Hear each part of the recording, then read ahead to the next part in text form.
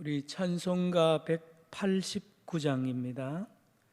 찬송가 189장 진실하신 주 성령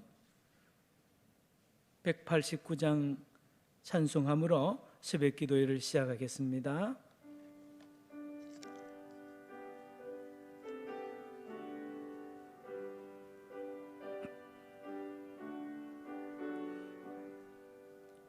진실하신 주 성령 성도 곁에 계시사 순례길을 갈 때에 손을 잡아 주소서. 모든 고난 사람들 기쁜 소식 들으니 성령 말씀하기를 나를 따라오너. 189장 어디에나 계신 주 나를 도와주시사 어둠 속을 헤맬 때 홀로 두지 마소서. 풍랑임이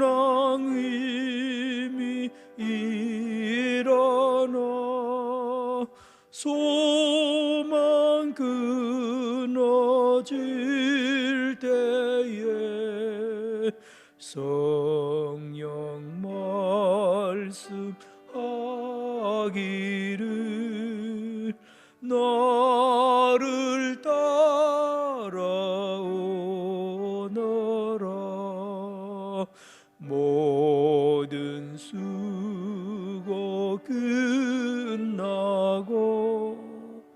편히 쉬기 원할 때 하늘나라 밖에는 참된 위로 없도다. 주만 의지하고서 요단강을 건널 때 성령 말씀하기를 나를 따라오너라.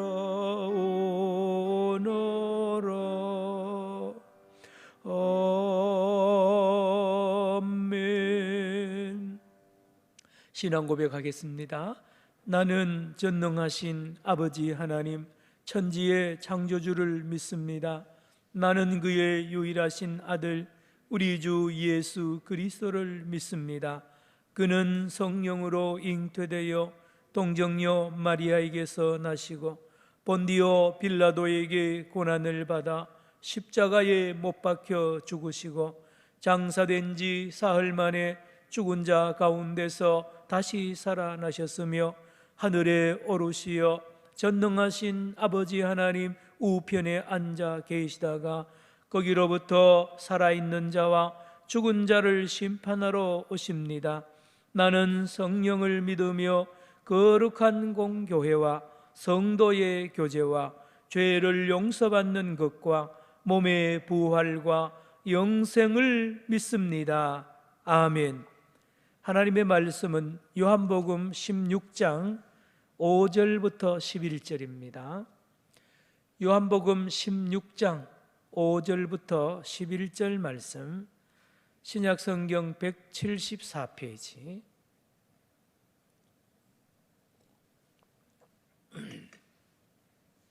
요한복음 16장 5절부터 11절 말씀을 제가 받들어 읽습니다. 지금 내가 나를 보내신 이에게로 가는데 너희 중에서 나더러 어디로 가는지 묻는 자가 없고 도리어 내가 이 말을 함으로 너희 마음에 근심이 가득하였도다. 그러나 내가 너희에게 실상을 말하노니 내가 떠나가는 것이 너희에게 유익이라. 내가 떠나가지 아니하면 보혜사가 너희에게로 오시지 아니할 것이요 가면 내가 그를 너희에게로 보내리니 그가 와서 죄에 대하여 의에 대하여 심판에 대하여 세상을 책망하시리라. 죄에 대하여라 함은 그들이 나를 믿지 아니하며 의에 대하여라 함은 내가 아버지께로 가니 너희가 다시 나를 보지 못하며 11절 같이 읽습니다. 심판에 대하여라 함은 이 세상 임금이 심판을 받았음이라. 아멘. 심판자 성령님이란 제목으로 말씀을 전하겠습니다. 여러분도 억울한 일을 많이 당했을 거예요. 집에서 어려서, 또 학교에서 친구들 사이에, 또는 여러분 직장 생활이나 우리 살다가 보면 죄를 뒤집어 쓰고요, 내가 바른데 죄인으로 몰리고 죄를 누명을 씌우고 말입니다. 그런데 그 상대는 힘이 셉니다. 아주 힘이 세고 사람 숫자도 많아요. 그럼 못 이깁니다. 그렇죠? 주님께서 말씀하셨죠. 어제 새벽에 세상이 너희들을 미워할 것이고 너희들을 정죄할 것이고 너희들을 싫어할 것이고 너희들을 핍박할 것이다. 나도 그렇게 당했는데 나의 제자인 너희들은 당연하다는 겁니다. 오늘 저와 여러분도 예수 믿는 우리도 이 세상에요 박수받고 가는 데마다 환영받고 예수 믿는다 그러면 이야 잘한다 그런 소리 못 듣습니다. 당장 분위기가 달라져요. 내가 산정유교 집사다 권사다 그러면요 분위기가 싸늘해집니다. 왜냐? 세상의 세력을, 세상을 잡고 있는 사탄이 공중의 권세를 잡고 말입니다. 예수 믿는 사람, 예수의 사람들을 싫어하고 미워하고 증오하는 것이 당연한 거예요. 자, 얼마나 억울하겠어요? 그런데 예수님이 오늘 말씀하시기를 너희들이 참으로 곧 위로를 받고 너희들의 손을 들어줄 자가 온다는 거예요. 자세하게 잘잘못을 진짜 판단하는 진짜 판사가 오는데 성령이라는 것입니다. 성령이 오셔서 기가 막히게 재판을 하는데 아주 그 재판문, 판결문을 보면 그렇게 정확하고 자세하고 팩트를 가지고 이 세상을 꼼짝 못하게 두 손 두 발 바짝 들게 만든다는 이 성령이 오신다는 것입니다. 그러므로 너희들은 염려하지 말고 오히려 기뻐하라. 내가 가서 성령을 보낼 테니까 오히려 너희들에게 기쁨이 충만할 텐데 왜 너희들이 낙심하냐고 주님이 말하죠. 여러분 6절 보시기 바랍니다. 도리어 내가 이 말을 함으로, 내가 떠나야게 되겠다는 말을 함으로 너희 마음에 근심이 가득하였도다. 7절 시작. 그러나 내가 너희에게 실상을 말하노니 내가 떠나가는 것이 너희에게 유익이라. 내가 떠나가지 아니하면 보혜사가 너희에게로 오시지 아니할 것이요 가면 내가 그를 너희에게로 보내리니 그랬습니다. 성령은 예수님이 보낸 영인데요, 그가 와서 뭘 하느냐? 예수님 왜 성령을 보냈느냐? 8절. 그가 와서 죄에 대하여, 죄가 뭔지 모르잖아요. 사탄이 숨어서 비밀이에요. 사람들 안에서 밖에서 이 세상을 속이고 거짓말로요 진리를 비진리로 만들어버리고 비진리를 진리로 만들고 가짜를 진짜로 만들어가지고 얼마나 이 세상을 사기를 쳤어요. 이 땅이 캄캄합니다. 그런데 진리인지 비진리인지 누가 진짜인지 모르잖아요. 캄캄하니까요. 그런데 성령은 빛으로 오셔서 확 비춰버려요. 전기 스위치를 확 켜면요 거기 바퀴벌레들이 다 보입니다. 다 보이고요 때 다 드러나고 뭐가 나쁜 건지 좋은 건지 확 드러납니다. 성령은 빛으로 오셔서요 확 밝히니까 온갖 더러운 죄가 다 드러납니다. 다 드러나요. 예, 가장 큰 죄가 뭔지 아세요? 예수님을 안 믿는 게 가장 큰 죄예요. 9절, 성령이 오셔서 죄를 들추어내는데 가장 큰 죄가 뭐냐? 시작. 죄에 대하여라 함은 그들이 나를 믿지 아니함이요. 예수를 믿지 않는 것이 가장 큰 죄입니다. 하나님이 보낸 하나님의 대리자요 하나님 자신이잖아요. 예수님마저 안 믿으면 구원의 길이 없고요, 예수님을 안 믿는 것만큼 더 큰 죄가 없다니까요. 누가 그래 가르치느냐? 성령이 가르칩니다. 예수 안 믿는 게 죄라는 것은 세상이에요. 예수 안 믿는다고 감옥 가고요, 예수 안 믿는다고 경찰이 잡아가지 않습니다. 그러나 영적으로는 그렇습니다. 영적으로는 예수를 거부하면 잡혀갑니다. 왜요? 하나님이 준 마지막 구원의 길을 부인하고 세상의 것을 따르고 자기를 따르기 때문에요, 잡혀갑니다. 지옥입니다. 지옥. 예수를 안 믿는 것이 가장 큰 죄라는 걸 어떻게 아느냐? 성령이 알려줍니다. 어떻게 아느냐? 성경을 통하여 알려주죠. 성경을 깨닫게 해서 죄가 뭔지 의의가 뭔지 다 자세하게 알려줍니다. 8절, 성령이 오셔서 하는 일 보세요. 그가 와서 뭐에 대하여? 죄에 대하여. 자기 부인을 놔두고 첩을 거느리고요, 첩을 2명 3명 거느리는 거 죄라는 것을 조선시대 사람들 몰랐어요. 돈 많고 골원님이 되면 부인 몇 명 둬도 되는구나. 판사 검사들이 술집에 가서요 룸살롱에 들어가서 그런 접대 받는 거예요. 그게 죄가 아닌 줄 알아요. 검사들 세계요 다 그런 줄 알아요. 그래 만들거든요. 사업하는 사람들이요 돈 때문에요 판검사들 삶으면요 참 재판에 이기거든요. 그래서 1,000만 원 2,000만 원씩 막 씁니다. 거기 빠지면 죄가 뭔지 몰라요. 검사 세계에 들어가면요 죄의식이 없어집니다. 그래 만들어버려요. 그래서 신입 여자 검사들 막 건드리게 하고요, 기가 막힌 세계입니다. 여러분 자녀들 판검사 너무 그렇게 하지 마세요. 좋은 직업 아닙니다. 여러분 이 땅에 죄가 뭔지 의가 뭔지 사탄이 캄캄하게 만들어 놓으니까요 다 섞어 놓습니다. 음란한 것도 죄가 아니라 그러잖아요, 세상에요. 여러분 남자들 모이면 어젯밤에 바람핀 이야기하고요, 그게 얼마나 나쁜 죄입니까? 여러분 죄가 한두 개입니까? 한두 개입니까? 얼마나 많은 죄예요. 자식이 부모에게 불효해도요 다 봐주고요, 얼마나 악합니까? 모른단 말이에요. 어두우니까. 그런데 성령이 확 비추면 다 여러분 작은 죄, 마음으로 지은 죄도 다 죄라는 것을 성령이 알려주잖아요. 그래서 도둑질, 음란, 마음 생각, 시기, 질투하는 것도 살인죄라고 성령이 가르치죠. 그래서 성령이 오셔서 자세하게 판결하는 거예요. 여러분 다시 8절, 그가 와서 죄에 대하여 또 뭐에 대하여요? 의에 대하여. 그러면 죄를 이기고 의로운 길로 가는 길이 뭔지를 성령이 자세하게도 알려줍니다.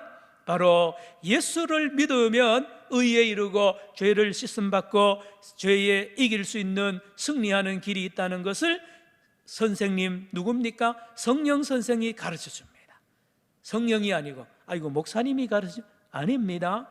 여러분 저와 여러분이 예수 믿게 된 것도 여러분 저와 여러분 예수를 모르던 사람 아닙니까? 진리가 뭔지 성경이 뭔지 몰랐잖아요. 그렇잖아요. 얼마나 캄캄했던데 성령이 우리의 영혼을 비추고 말씀을 비추고요 날마다 하니까 눈을 뜨면서 이제 보입니다. 이게 죄고 의고 어떻게 하면 구원받는 거, 어떻게 하나님과 바른 관계를 맺는가를 성령께서 그렇게 자세하게 알려줘요. 자세하게 의에 대하여. 또 뭡니까? 8절 끝에 심판에 대하여 세상을 책망하시다. 하나님은 살아계시고 하나님은요 우리의 언행 심사를 심판하고 마지막 최후의 심판, 지옥과 천국의 이 심판이 있다는 것도 성령이 가르쳐줍니다. 이거 이러면 안 된다, 이게 죄다. 그래서 우리 안에서 우리를 찌르고 경고하고 경고하잖아요. 누가 하느냐? 성령이 합니다. 그리고 9절에 가장 큰 죄가 예수 안 믿는 것이 가장 큰 죄라는 것도 성령이 알려줍니다. 여러분, 성령이 오시면 어떻게 됩니까? 이 세상 임금 사탄을 마침내 심판합니다. 11절 시작. 심판에 대하여라 함은 이 세상 임금이 심판을 받았음이라. 여러분, 이렇습니다. 제가 지난 수요일 저녁에 설교했잖아요. 이단 사이비 교주들이요, 제일 무서워하는 게 바울 같은 사람, 바른 목사를 제일 무서워합니다. 딱 알거든요. 저도 우리 교회 와서요 보면 우리 교회 안에서 다른 그 교파나 다른 데 빠져가지고 있는 사람 못 견딥니다.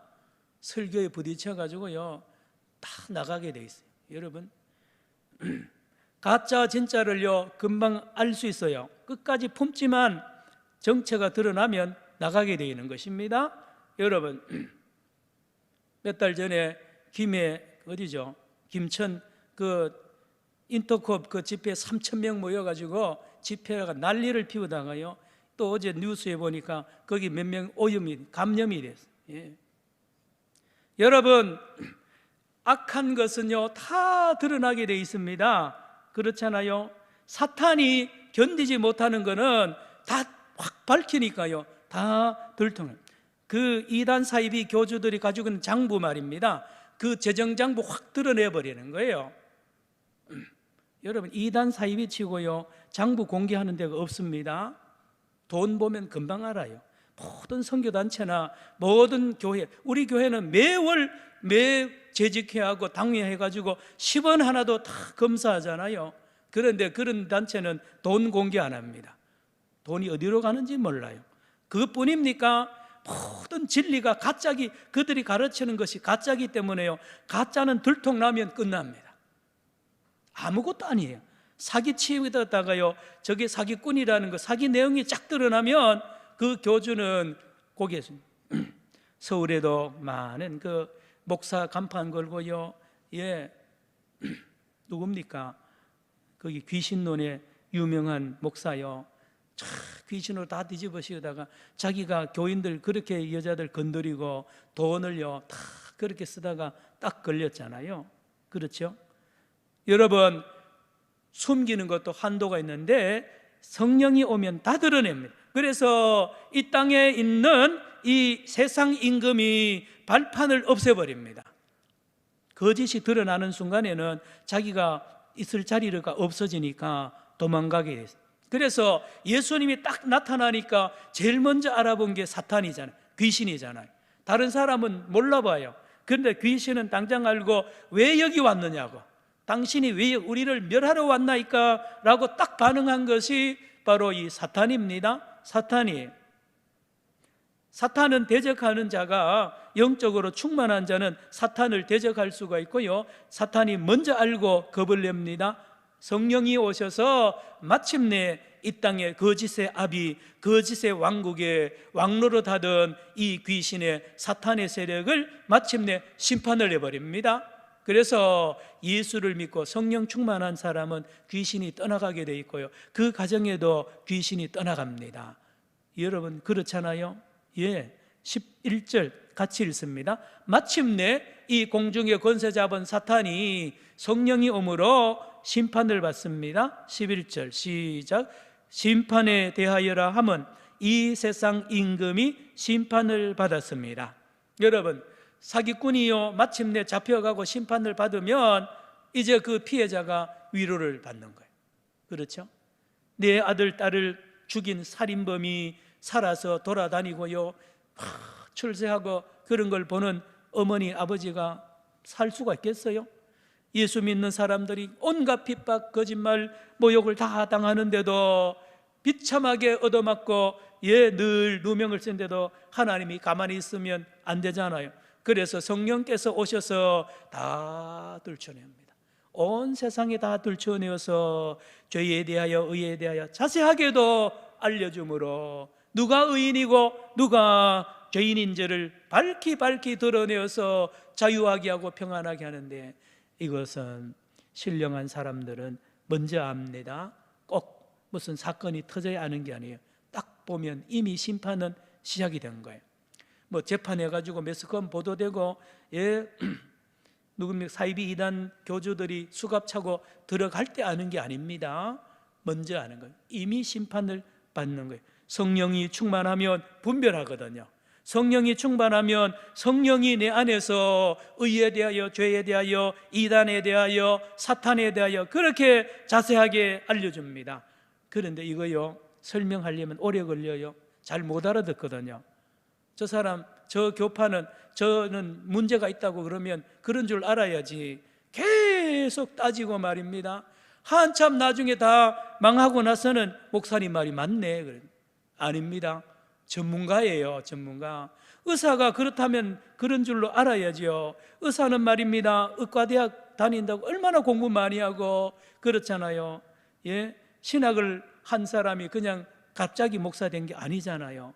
얼마나 공부를 하고 교회에서 공부해서 이단들 연구하고 배워가지고 이렇게 말하면 그 권위를 인정해야 되잖아요. 오늘 이 새벽에 주의 성령께서 항상 이 세상을 심판하고 계시고 저와 여러분을 보고 계시고 위로해서 우리 손을 들어주고 내 편이 되어주셔서 기쁨을 주시는 성령과 승리하는 오늘 거룩한 하루 되기를 축원합니다. 기도합시다. 하나님 아버지, 많은 제자들이 염려하고 불안했지만 예수님께서 심판자 성령을 보내셔서 그렇게 자세하게도 의에 대하여, 죄에 대하여, 불신에 대하여 온통 모든 있는 더러운 것과 어둠을 밝혀서 하나님께서 드러내심으로 승리하게 하신다는 주의 위로의 말씀을 나누었습니다. 오늘도 우리 사랑하는 성도들 어떤 일을 당하여도 흔들리지 않게 하시고 성령을 의지하여 승리하며 성령이 주는 승리와 기쁨으로 충만하여 우리의 믿음의 길을 잘 달려가게 하여 주시옵소서. 하나님, 이단 사이비들을 척결하여 주옵시고 특별히 하나님 코로나19를 주님께서 꺾은 줄로 믿습니다. 이 아침에 기도합니다. 아버지, 부산에도 서울에도 전국에도 이제 수십만 명을 하루에 검사해서 찾아내어서 숨어있는 코로나 병을 다 찾아내어서 예방하는 능력의 일이 일어나게 하여 주시옵소서. 대한민국 지켜주시옵시고 한국교회가 이번 교회의 제사장의 나라를 만드는 일에 쓰임받게 할 줄로 믿습니다. 하나님이 아침에도 군에 가 있는 아들들을 지켜주시며 해외 국내에 흩어져 있는 자녀손들 안보하여 주옵시고 환우들을 치료하여 주시고 항암하는 모든 환자들에게 힘을 더하여 주옵시고 연로하신 어른들을 강하게 붙잡아 주시옵소서. 우리 산정형교회 중직자들 주님 지켜주시고 깨어있게 하여 주옵소서. 이 아침에도 우리의 기도를 들어주시는 예수님의 이름으로 기도드리옵나이다. 아멘. 주님 기도로 마칩니다. 하늘에 계신 우리 아버지, 아버지의 이름을 거룩하게 하시며 아버지의 나라가 오게 하시며 아버지의 뜻이 하늘에서와 같이 땅에서도 이루어지게 하소서. 오늘 우리에게 일용할 양식을 주시고 우리가 우리에게 잘못한 사람을 용서하여 준 것 같이 우리 죄를 용서하여 주시고 우리를 시험에 빠지지 않게 하시고 악에서 구하소서. 나라와 권능과 영광이 영원히 아버지의 것입니다. 아멘. 기도하시기 바랍니다. 하나님 아버지, 감사합니다. 오늘도 이 아침에 우리와 함께 하신 주님